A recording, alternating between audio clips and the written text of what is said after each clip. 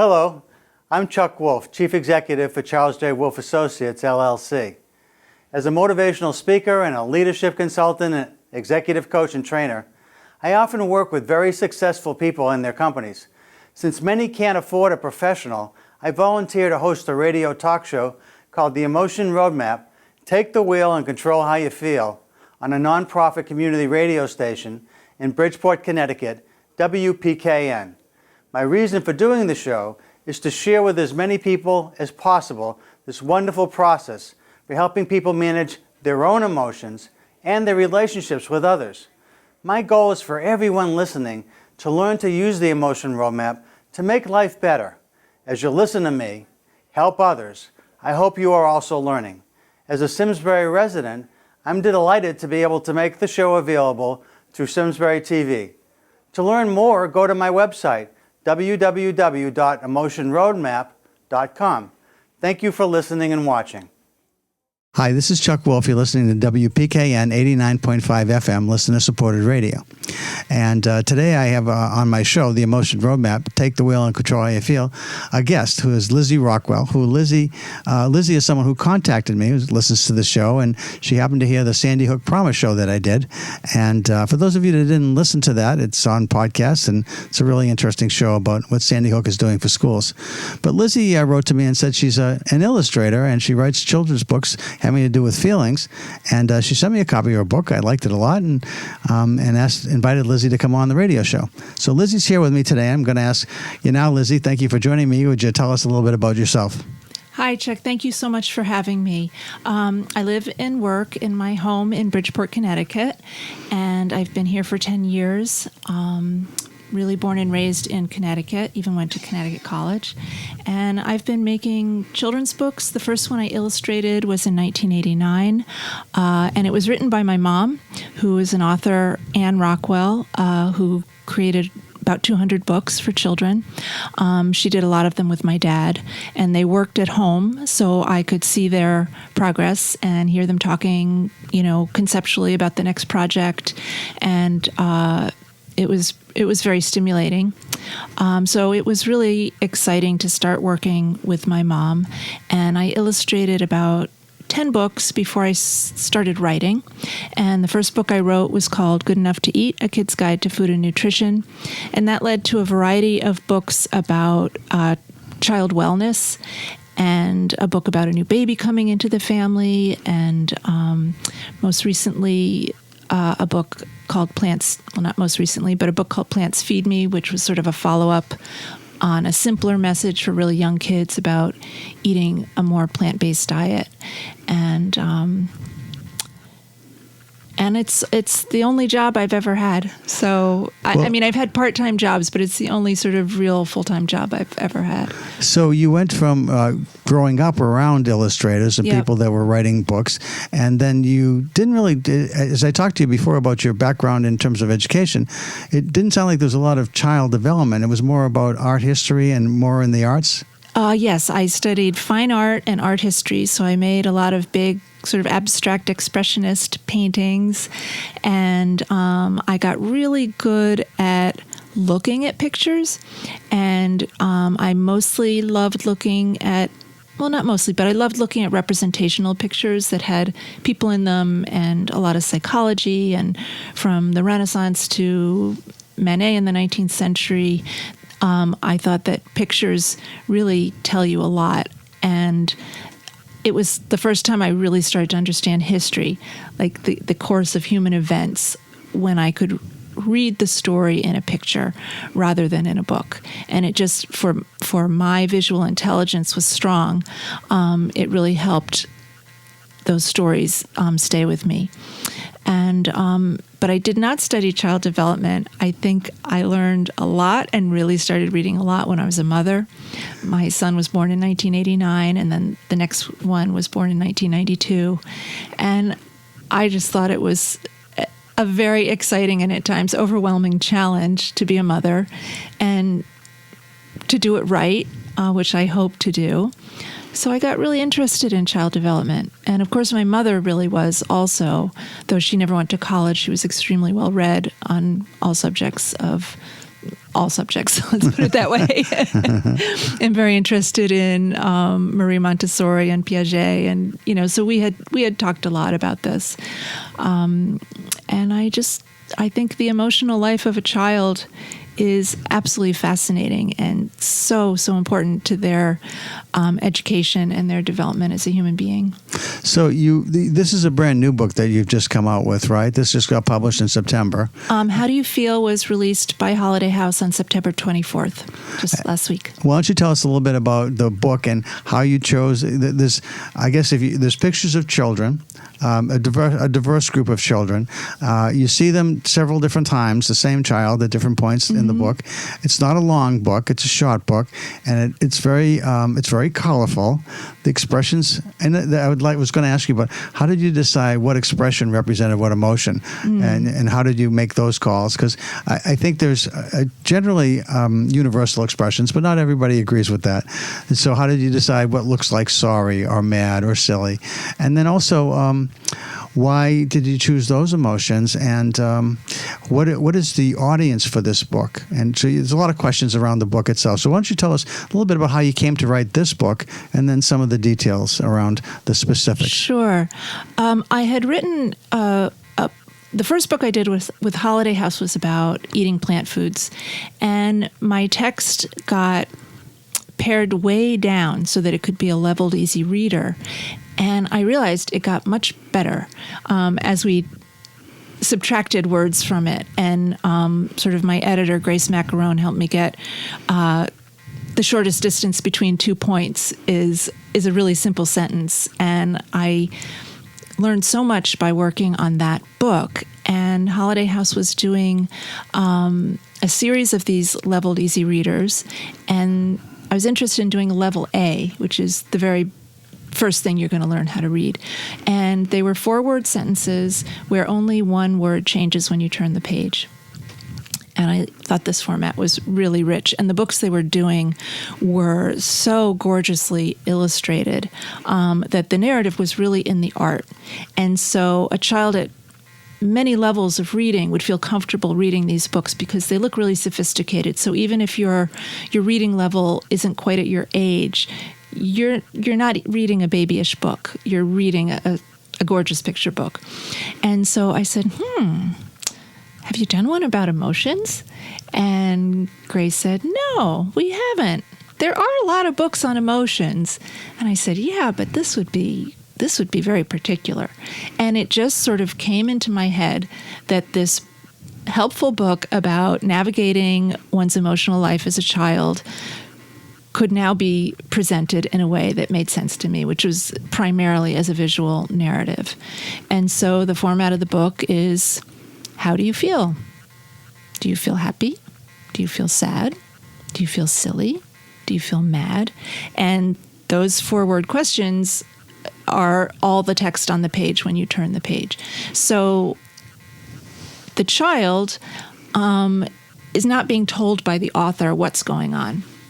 And they have to read these scenarios with their own insight, their own life experience, their own empathy, and their skill as a visual reader. Because children are if they're not visually impaired, they're visually navigating the world much before they are with language.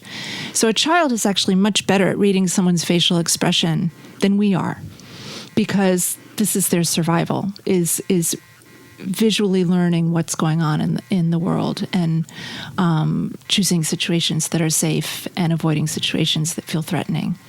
So I've shared it with kids both in the sketch stage and the finished book last week in South Carolina, and the stuff that kids say about the artwork is so interesting, things that hadn't occurred to me, and I made the pictures. So, well, just listening to you talk before we started the interview, it occurred to me that some of what you said didn't resonate with me till you said it. In other words, I'd look at the picture and I'd see the words, and I'd see a little bit of the pictures. I thought the pictures were stunning, but I don't see them the way you see them.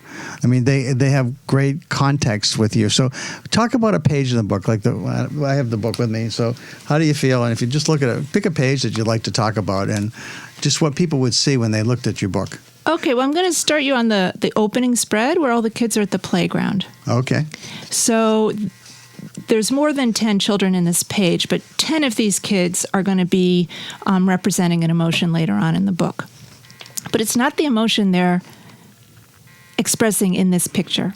So if we zoomed in on the little blonde boy in the sandbox, what would you say about him? Well, he looks unhappy and maybe even a bit mad. Yeah, and what's his interaction like?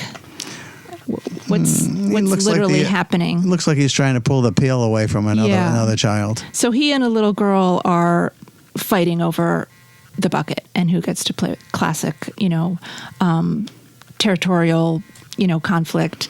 And when we see him again, he's on the Do You Feel Silly page. And the bucket has now become a prop as a hat on his head, and she's using the lunchbox that we had seen in that opening scene on her head, and they've grabbed things from their landscape to use as props, and they're singing and marching together. And so I would love for a kid to try to figure out what happened between the sandbox and the marching. And that's a story, right? And they could act that out. They could just tell you what they assume. I showed it to a preschooler at the Adam J. Lewis Academy in Bridgeport. And she looked at this scene. I said, "What do you think's going to happen next?" And she said, he's going to help them work it out. So she felt that there was an adult in the premises that was going to navigate this conflict. She didn't even know that things worked out later, but she saw conflict, and she was 3. She was already anticipating ways that outside forces would come in and resolve the conflict. So children are always looking for resolution. They're hoping for it. So each one of these is seen quite differently later on. Not always as dramatic as others, but they change. They change throughout the book. So that's really interesting. So yeah. Now, when I saw the story, I wouldn't have made that connection on my own. No, because we don't read pictures the way kids do. Right, yeah. Right. So that's really interesting to me, too. And it's interesting that kids look for resolution. The story the young girl told you that the adult intervened. Yeah. I think all of us can look at life in the situations we find ourselves in our world today and wish there were some adults that would intervene. Right, sure. And this book, it shows time passing. So like this little girl on the picnic blanket, she's just sort of merrily pouring her juice, but when she gets her big scene in the book, it's this one, because the kids who are innocently playing kickball behind her accidentally knocked over her juice and made her mad. And so with that scene, I drew the little boy who just kicked the ball probably 50 times over the course of a week to get his body language and his facial expression to somehow communicate, I kicked the ball in that direction, but I did not mean to knock over anybody's juice. Because the next page is, do you feel sorry? And he is suddenly aware of what he did and regretting it, and has a immediate impact on her mood as she receives the apology and the help with the cleaning it up. That's really interesting. And too, none of it's in the words, so you really have to look. That's really interesting. So in my tradition, in my religious tradition, this is a time where we ask forgiveness, where we're in between the New Year and Yom Kippur. And there's a conversation I've had with people over the years around, is saying you're sorry enough when you say you're sorry? Mm-hmm. Because sorry kind of allows you to feel less guilty. Mm-hmm. But it doesn't really necessarily resolve the issue. Now, in your pictures, you look like they've resolved the issue. So at some point, the young girl has forgiven him. Mm-hmm. And that's different than just saying you're sorry. Asking actually someone to forgive you is not an easy thing to do because they can say no. Yeah. When you say, I'm sorry, doesn't matter what they say. Right. So it's a little different the way I think about that. I think it depends so much on how you say I'm sorry. If you say, I'm sorry you're upset because your juice accidentally got knocked over, I wouldn't accept that as a very comforting No, apology. that's like... But if he's like, oh, I'm so sorry, I didn't realize the ball was going to go that direction, but it's totally my fault. Here, let me help you. And he doesn't even have to say anything. Right. He could just start helping her, and his facial expression, probably the vibrations coming out of his body. I mean, children are so The much more emotional empathy. sensitive Yeah. to the nonverbal communication that she would know right away if he really meant it. It's interesting. So Yeah. it's, again, another level of depth that you'd have to... I mean, how do you see some of the things that you see in it? And you think that kids get that, but adults may not? Definitely, I think kids are going to get this book much quicker than adults will. I hope. It's almost like you Adults need a will reader's take- guide with notes. Right. I mean, I think not too many grown-ups are going to be reading it without a child nearby. Book reviewers will, but they probably are, pretty acute on reading pictures. Now, you said you had a couple of book reviews. Who were they, and what did they say about your book?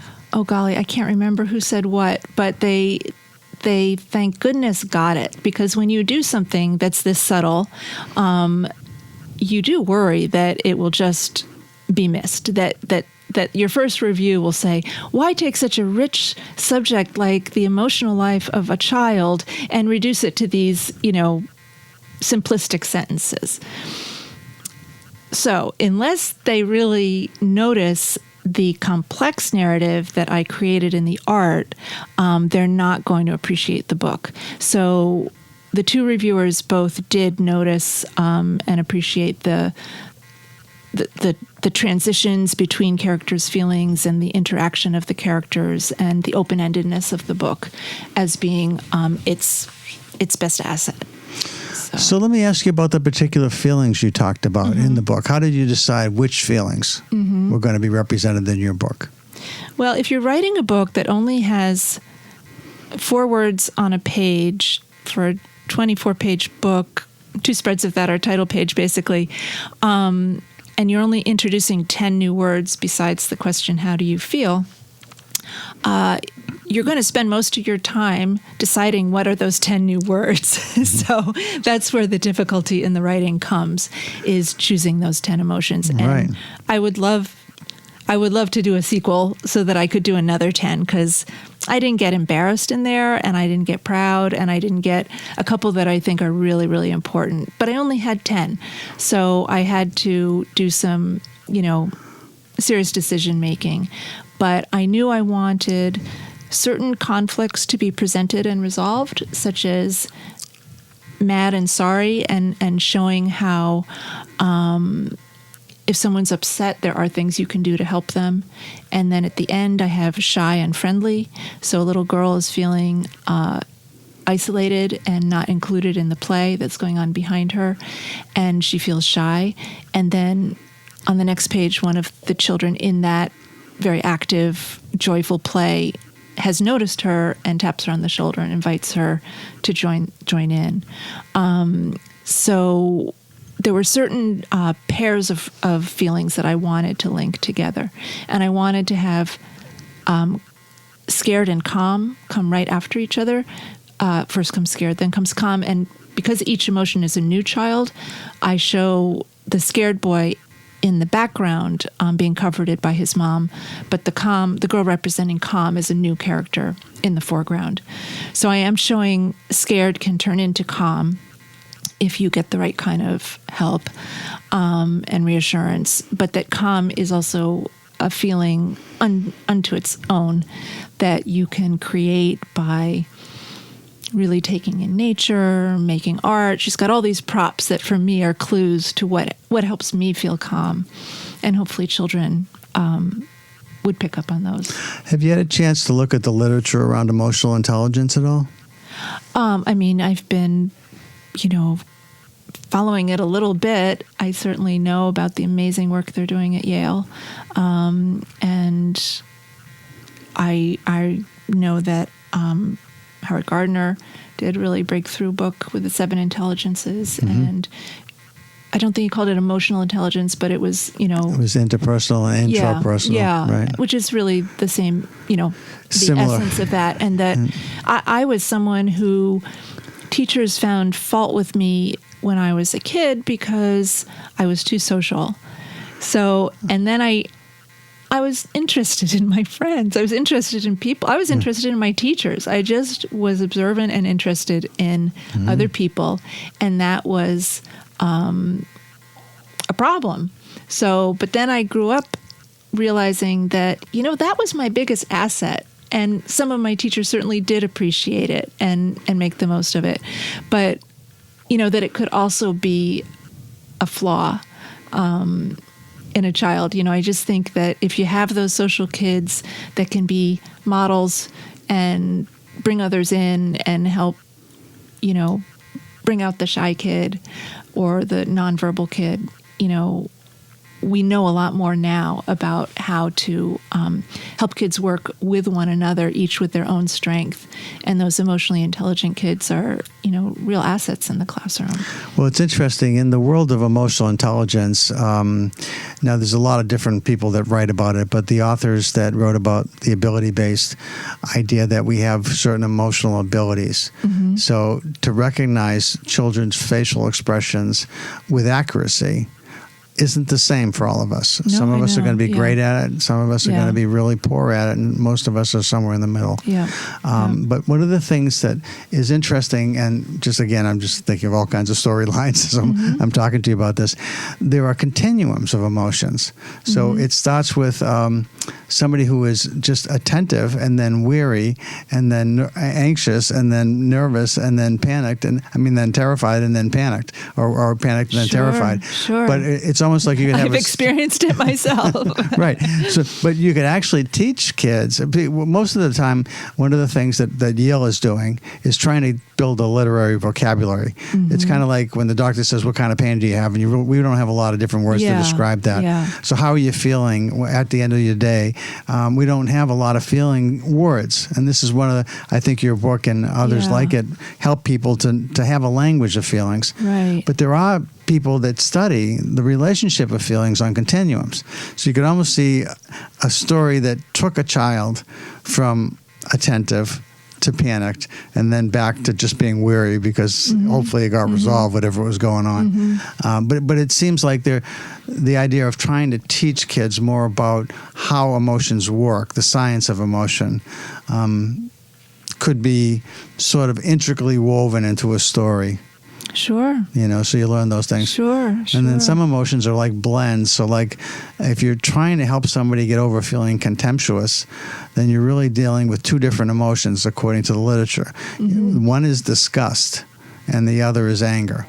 And the combination of the two end up being in contempt. There's probably some fear in there too.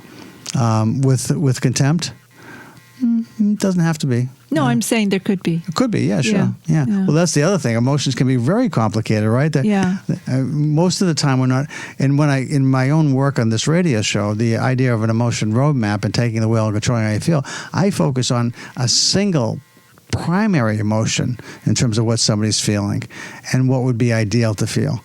Because that's something else that the science teaches us, which is that what you're feeling, most of us feel like we have to just deal with whatever it is we're feeling. Or make it go away. Try to, right? Try to make it go away. But if we've got something we got to get done, we don't really think about changing that feeling, even if it's not helpful. We just kind of push past it if we can. So it may not be away, but it's at least removed from consciousness for the moment. Yeah. But the science says there are better emotions for particular tasks than other emotions. And if we understand that what would be ideal to feel isn't what we are feeling for what we're trying to do, what about trying to change to that ideal feeling? How do we do that?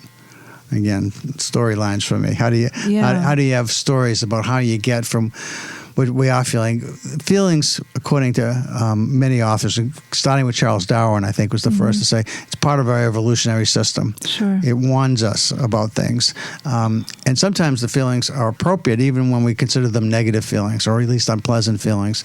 So like sadness. Sure. You lose somebody important to you, a loved one, or you lose a job, or you lose your wallet or something. Wallet, you usually get angry, but other things you get sad. And it's appropriate. But when the sadness stays too long, at some point it's no longer helpful. Right. And you have to move on from it. So how do you do that when you're stuck and you're starting to go into despair and depression and so forth? How do you actually do that? And so, again, there's thousands of ideas about, stories about that might help somebody when they face this, to read about it and learn about it, and hopefully own that for themselves when they do face it. Right. Well, even the Greeks knew that catharsis was us understanding our own emotions through art, so that the theater in Epidarius is right in the middle of the healthcare center, which is, big campus where people would travel far to get health advice or take baths and, get exercise. And the theater was the centerpiece of it, because we could see ourselves almost better with that little bit of detachment, and we could cry and we could laugh and we could go through all those emotions through art and then actually feel lighter, feel better. So I think art is a really great way for us to both use illustration as a way to interpret situations, interpersonal situations. Also use novels. I love reading big, fat 19th century novels that have all these complex situations, and you can really stop and think about it. You can reread the book 10 times if there's something in there that you're trying to understand. But we can't relive the moments of our life that go by so fast. But we can start to find ways to replay, maybe with conversation, replay situations with our coworkers, our loved ones, where there was a conflict, and go back and say, but I saw it this way, but you saw it that way. So that's sort of what I feel can happen in a picture book, that we can go back and replay it and gain understanding. Have you worked with any schools with your books at all? Or have teachers come to you and use your books in their schools with their classes or their kids? My previous books are certainly in school libraries. I was doing some sneak peeks at this one during my school visits last year, when I was promoting my new book last year, or talking about my newest book. I usually do. And so I'd sometimes have a slide in my PowerPoint about what are you working on. So I would show some sketches from this, and teachers were very excited about it. And especially in Connecticut, a lot were using the ruler approach that Mark Brackett developed, and saying that the whole culture of their school was changing with this emotional education, and that even teachers and parents were feeling calmer because kids were starting to bring the language to the adults about how to talk about how they're feeling. And right. So for people that don't know, let me just say, Ruler is no, that's okay. It's the Yale program on emotional intelligence that the Center for Emotional Intelligence is actually doing all over the world. They're remarkable how far they reach out. But just so you understand what it is, it's recognize, which is really what your book's about. So recognize emotion, understand, label, express, and regulate emotions. That's what Ruler stands for. So you're doing a lot with recognize, right? This is a lot about recognize, but even the kids telling the stories about what they see happening kind of is holistic, right? It looks at a situation and all the emotions in play and how it all seems to work together. And I like helping kids realize that no feeling is without context. No emotion, no matter how sudden it came over you, wasn't triggered by something. It could even be a passing thought, but most of your passing thoughts are triggered by something you see, or a sequence of thoughts. And so I just want kids to find the way to talk about the context, and so that we have emojis galore. Like we put a smiley or a frowny face on everything now, maybe 10 of them on a text message. And even really young children are starting to do this. And so I think I look at emojis like I want to send someone a text message and put a little feeling on it. And I look at the emojis and I don't know what they mean. And I'm worried I'm going to pick the wrong one because it doesn't necessarily say to me what it might technically stand for. So, but I want kids to be able to create their own facial expression in a drawing, and then a context drawing. What happened that caused that feeling? So you know how to draw a smiley face or a frowny face, but what happened in your own life that maybe triggered a moment like that where you had that particular emotion? And when I do my school visits, I do drawings on the easel. So I was just at one, did a school visit in South Carolina, and I asked the kid, it's sort of like comedy improv. You ask the audience, to challenge you to draw something. So I said, somebody give me an emotion. The first one was sad. And I said, okay, what's a context for someone feeling sad? And they said, well, you lost someone. So death, mortality is obviously a huge trigger for sadness, loss. So they weren't getting too specific about the scenario, but I started to draw a little boy planting some seeds in a garden. He's down on the ground, and there's a tear trickling down his cheek, and there's a sign on the garden. Try not to use any verbal cues, but I did. And it says, Grandpa's Garden. And so the kids started talking about, not just telling me that he was sad because this was his grandpa's garden, but like the things he used to do with his grandpa, and telling me all about this kid's grandpa who's not in the picture at all. And they fill in that story right away because they have their own history and they have imagination and they do have empathy. That sounds lovely. Yeah. That sounds lovely. Is it something that do you have to be an artist to be able to do this? Can teachers kind of sort of do this Absolutely. in their own classrooms? Absolutely. I mean, you don't have to draw well. And believe me, I don't really draw well when I'm doing this. I'm using a big black Sharpie marker. But I'm sticking to the gestalt of it. I'm using maybe sort of extreme body language and facial expressions to make sure I'm communicating. And I think that anyone can do that. Anyone can draw someone, even if it's a stick figure, kind of bent down or arms up. Or we know the language of bodily expression and facial expression, so we can find some way to draw that. And all 5-year-olds can draw pretty subtly. They draw better when they're 5 than they will when they're 15. Well, I think it's really rich to talk about the context, the way you speak about context with emotion. Since there's not a lot of pages in your book, you want to just walk us through the pages and the context of what people would see if they buy your book with each of the emotions? At least do a little bit of that? Yeah, well, there's an establishing shot at a city park. None of the adults are on the phone. They're not hovering over the children, but they are, in my opinion, mindfully present. And there's a lot of open-ended play possibilities in this playground. There's kids kicking a ball. There's kids noticing nature. There's some equipment, monkey bar, swing set, sandbox. And basically the kids move through this landscape and have a whole bunch of different experiences. We don't assume they know each other before they get to the playground, but they interact as children do when they're at the playground. They just sort of pick up games and interactions. And then each of those kids, 10 of those kids will be seen later on with something that's happened a few moments later, maybe an hour later. I'm not really sure how much time passes in this book. And so each child will be seen in that opening scene. They'll be seen in their emotion representation scene.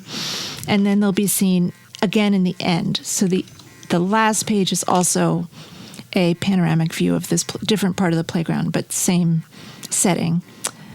So we see them with all these different affects, from beginning, middle, and end. And I like to think that kids could do some role playing to think of what happened or how a kid got from having the argument in the sandbox to being in the silly march. Or well, you talked about a few of the emotions that the kids felt. You want to talk about the young girl feeling happy? The first girl feels happy. Her evolution of emotion isn't extreme from the beginning, but she's looking at this little boy hold a puppy that you don't get the feeling it's her puppy. And I think she's got a lot of anticipation, maybe even though she's got a pleasant expression on her face, maybe a little jealousy. And then so that we can anticipate how we feel seeing an adorable puppy that we just want to get our hands on, and then getting the satisfaction of that. And I think My wife feels that way about people's babies. of course. Oh, yeah. Right. Yeah, she just loves to but, hold them. a lot of a child's happiness does come from contact with another warm body, whether it's a parent or a pet or a stuffed animal. Like that need to hold on to something is very deep, and as mammals, the first thing we can do is like latch on with our mouth to feed and grab onto fur or skin with our hands. So we tend to want to do that even 58 years old still. Love a good hug. I think the senior people still want to, the very senior people now in nursing really homes need are that contact. having like animals Yes, that are it's so trained actually to be important. Right. to be available to them so that they can pet them and hug them and walk them or whatever. And I have a English setter dog, 9-year-old dog, and he just soothes everyone who comes in contact with him. He's a little anxious himself, but his energy with people is very calm, very loving. So I just felt like that was a good context that is for a that good context. emotion. Yeah. And then do you feel sad? You mentioned the grandpa story, but this is a story of a boy who looks sad, but then he's just looking at a bird that seems to have died or fallen. Or Yeah, so I let kids decide what's going on with the bird. And, one classroom, I said, well, he's upset about the bird. I said, well, what's going on with the bird? The bird is sick, or, and then another kid goes, nope, that bird is dead. So a lot of children will experience death in their early years, and but we established that boy as an empath because in the title page, the girl has dropped her ice cream, and then he comes and shares his popsicle on the next page, in the very early, before the book even starts, and then he and she are walking down the path, probably from the ice cream shack, and maybe, if you're a good predictor, you might think, oh, they're headed over to that garbage can to throw out their popsicle sticks. And if you're really keenly observant, you'll notice that if you were standing at that garbage can, you might notice that bird on the ground. Oh, right. There's and the bird. then after I heard about the terrible report on bird extinction that's going along with climate change, I thought it was also sort of a metaphor for how sad, at least I feel, about the natural world changing, and that children are feeling this a lot too. It's Right, heavy you on see it. it's heavier on their heart than it is on a lot of grown-ups, I think. Right. And sad is the only emotion, the negative emotion, that I don't show resolution to. I don't show how he got out of being sad because I didn't want to. It was intentional. I didn't want to show him being comforted or like cajoled out of his sad moment. I think he was completely entitled to it. But I do show him later on in the book, he is running with the other kids, doing, the whiplash running game. And then again, on the end, he's jump roping. So the reader doesn't have to have it hanging like, oh my gosh, what happened to this sad boy? Did anyone ever help him through this? But they know he did resolve it, whether he had external help or he just worked through it on his own. Lizzie, it reminds me, years ago I trained to be a therapist, and they talked about empathy and how people have a need when they see someone crying because they lost something, in this case the bird died, of trying to resolve that right away. And as a counselor or a therapist, you're taught that no, actually, it's a legitimate expression of sadness, and you want them to be able to just process that without anybody telling them that it's going to be okay. Because at least for the bird in this case, or for whatever it is you've lost, grandpa in your story about the garden, it's not going to be okay. It'll eventually be accepted. But grandpa's gone, the bird's dead. I mean, there's consequences to things that really don't change, and it's never really okay, but we do accept and move on. Yeah. I remember being, I think about 5 or 6 years old when a relative in my family died, and it was the first person I'd ever heard of dying. And I was just absolutely shocked. And I was like, well, does everything die? Or does every bunny that's ever been alive die? Like, I had a big mortality reveal in my theory of mind. It just suddenly popped, and I remember being really frightened, but also clearly worked through it. And that is something every child is going to have to figure out and come in contact with.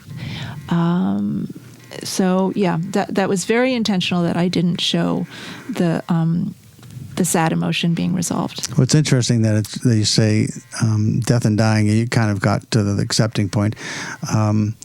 It is something that people get scared about again when they face their own mortality as they get older and older, Sure. and start to have situations which,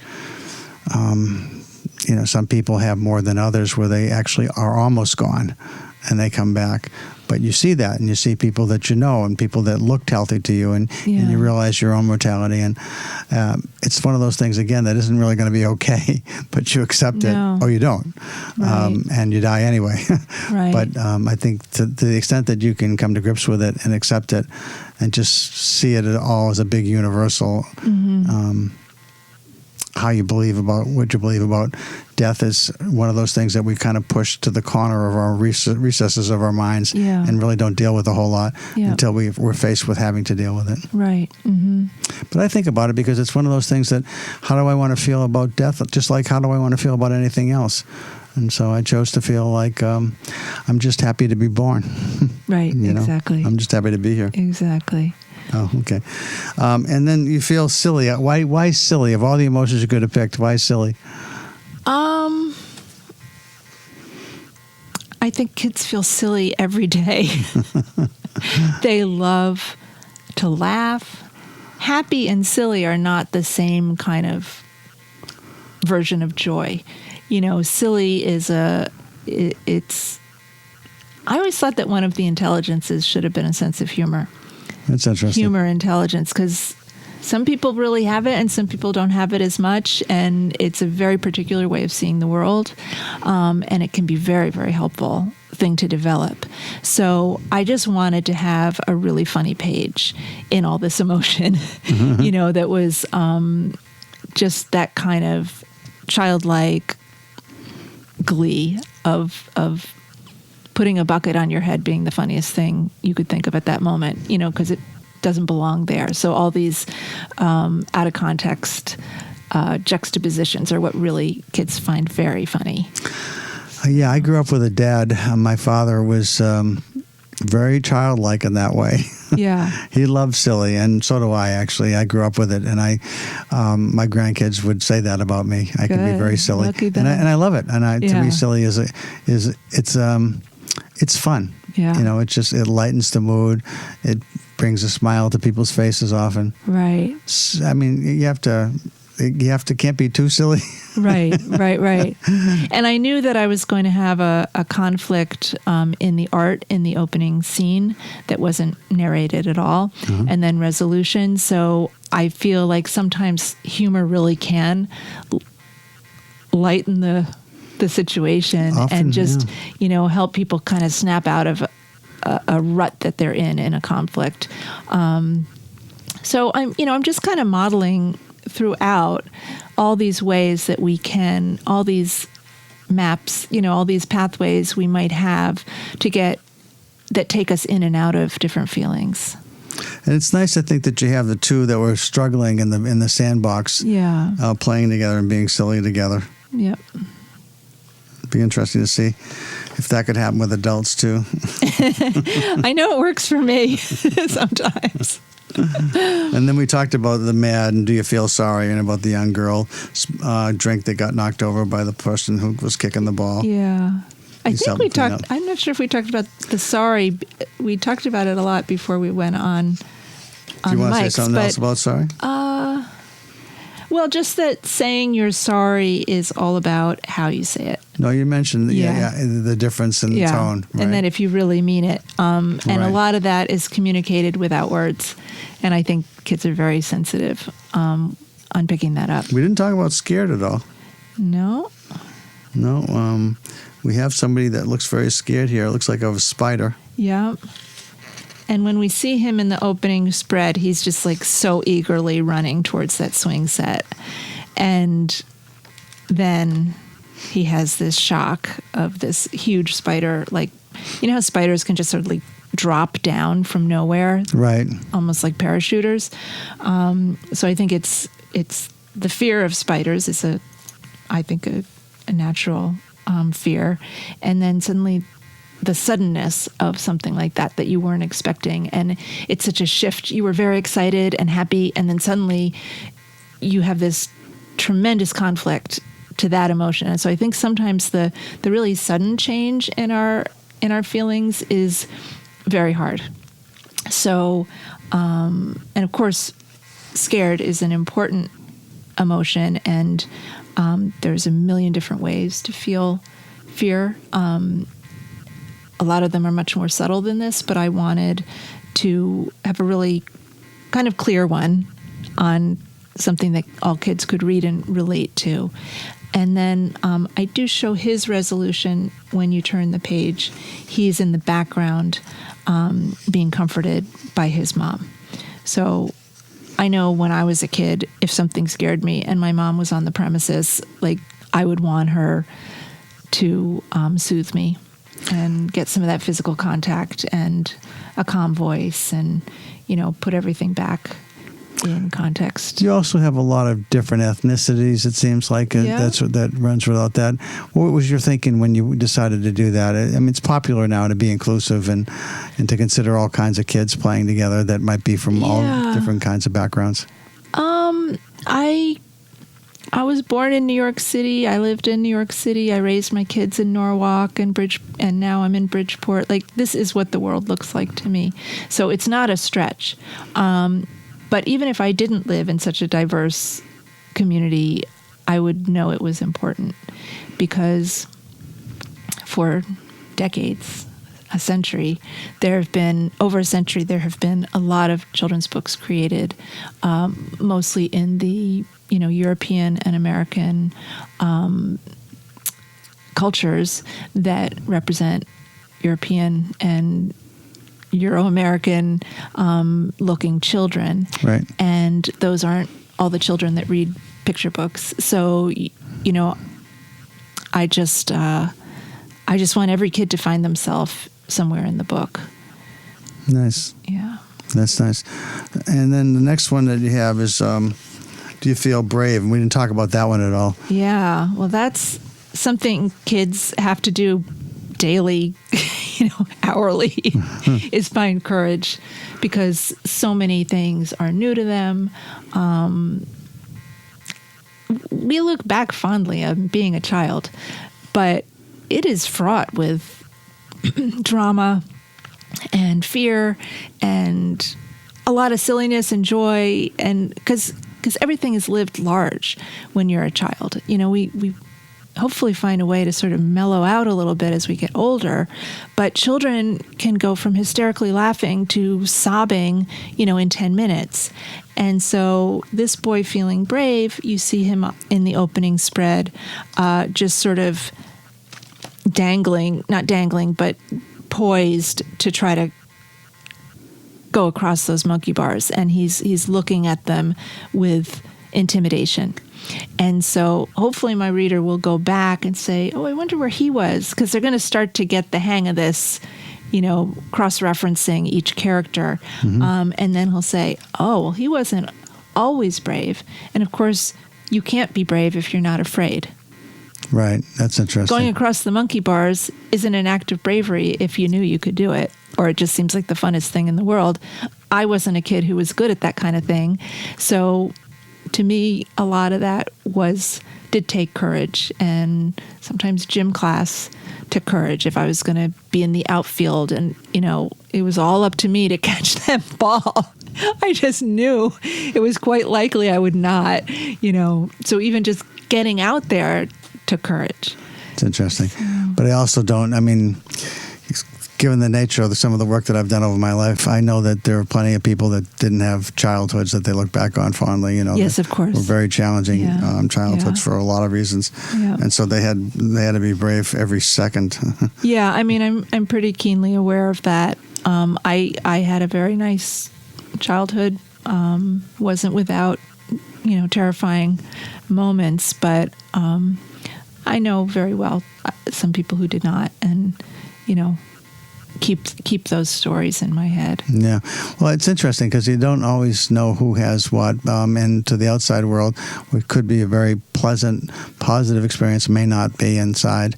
And then others who seem like they're struggling in so many ways, yet seem quite happy together. So it's not always quite clear about that. No. Well, we got to live with our own head, and we don't all have the same capacity to manage anxiety, and some people are very, very sensitive, and they just feel things very acutely, and it's painful. It's a gift, but it's not Right. easy to carry. I joke about this.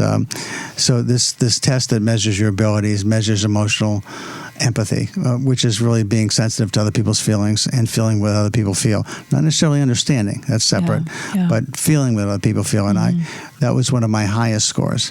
But managing my emotions wasn't one of my highest scores.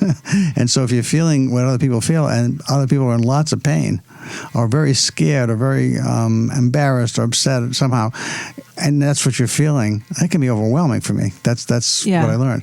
Over the years, I've learned how to be smart about how I manage that. Right. And so I think you can become better at all these things. Yeah. But my reason that I'm so passionate about doing this show and doing these kinds of activities is because I was so needy early on.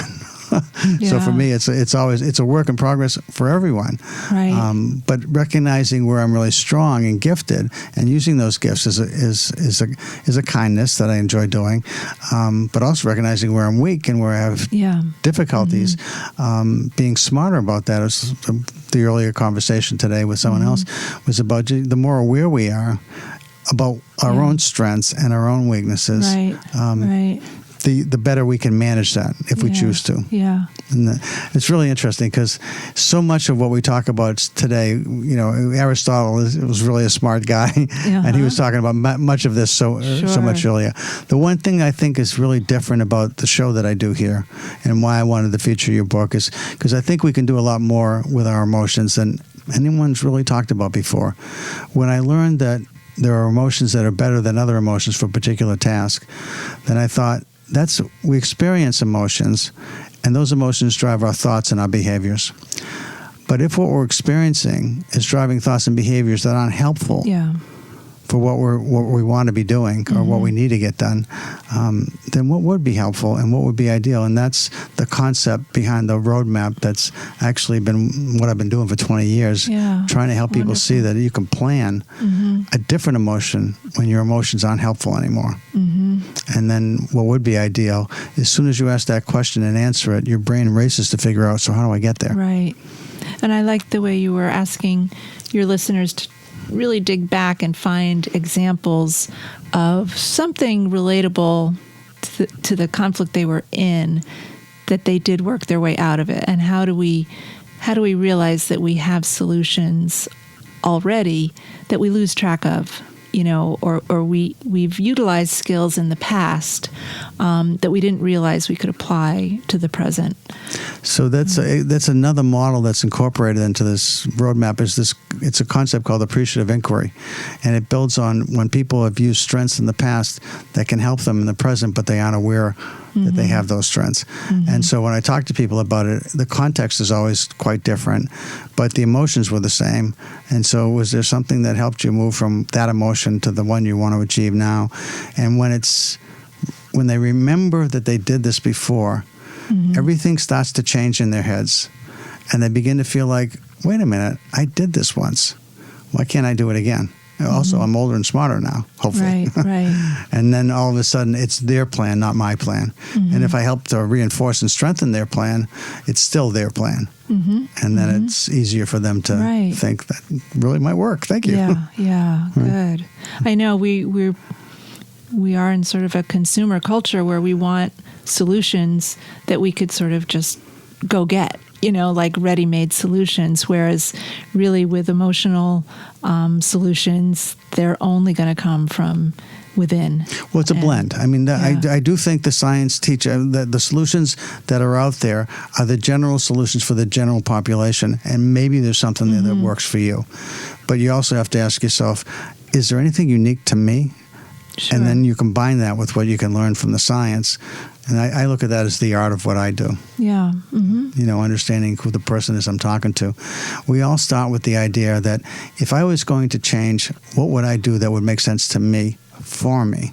But if I'm talking to you, Lizzie, and I realize that we're not the same, then I ask myself, well, this is what would work for me, goes through my mind. But how is Lizzie different than me and the same as me? And if the differences are significant, then that what might work for me may not be the answer for you. And so then I need to understand if I can somehow step into your shoes and really try to understand you better, then maybe I can help you to find something that's going to be a better solution than the one I would have suggested if I was just thinking about what I would want for myself. And people get stuck there because they don't think to do that. They think, this is what makes sense to me. This is what would be fair to me. This is what would work for me. And why wouldn't that work for everybody? Yeah. That's where we start. And it's a good place to start, but you shouldn't end there. You need to move past that. Cool. So I think we've gotten to the place where we've actually talked to the hour, and that was great. Awesome. You want to talk a little bit about where people can get your book? This book can be ordered from any independent bookstore, and it can also be gotten from Amazon. And if you go on my website, LizzieRockwell.com, there's an individual page for each of my books, and each page has links to some purchasing sources. And if people want to know what it costs, what does the book sell for? Do you know? I'm not sure what I think it's $18.99. Do they even say? Yeah, it's a hardbound book, so it's in the $18 to $20 range. I think I saw on Amazon it was $18.99. Okay. Yeah, and I'll be at the Warwick Book Festival on October 12th, Saturday, all day, signing. And the other festival is happening before this will air. So Fairfield University Bookstore would be happy to get it for you. They're wonderful. They always have my books. And I'll be doing a signing there at some point, I think in November. We haven't settled on the date. Okay, well, I want to thank you very much for coming in, Lizzie. Thank you so much for having me. It was really fun to talk to you. Thanks. You too. So you've been listening to WPKN 89.5 FM. This is Chuck Wolf. You've been listening to The Emotion Roadmap. Take the wheel and control how you feel. Bye-bye, everybody.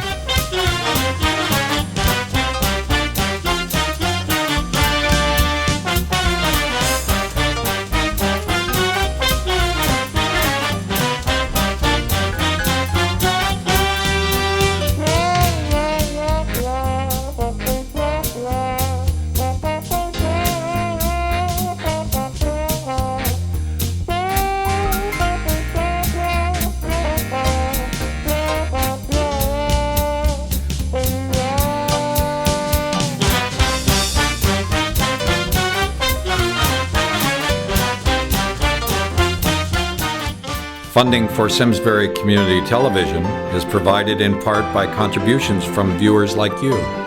Thank you.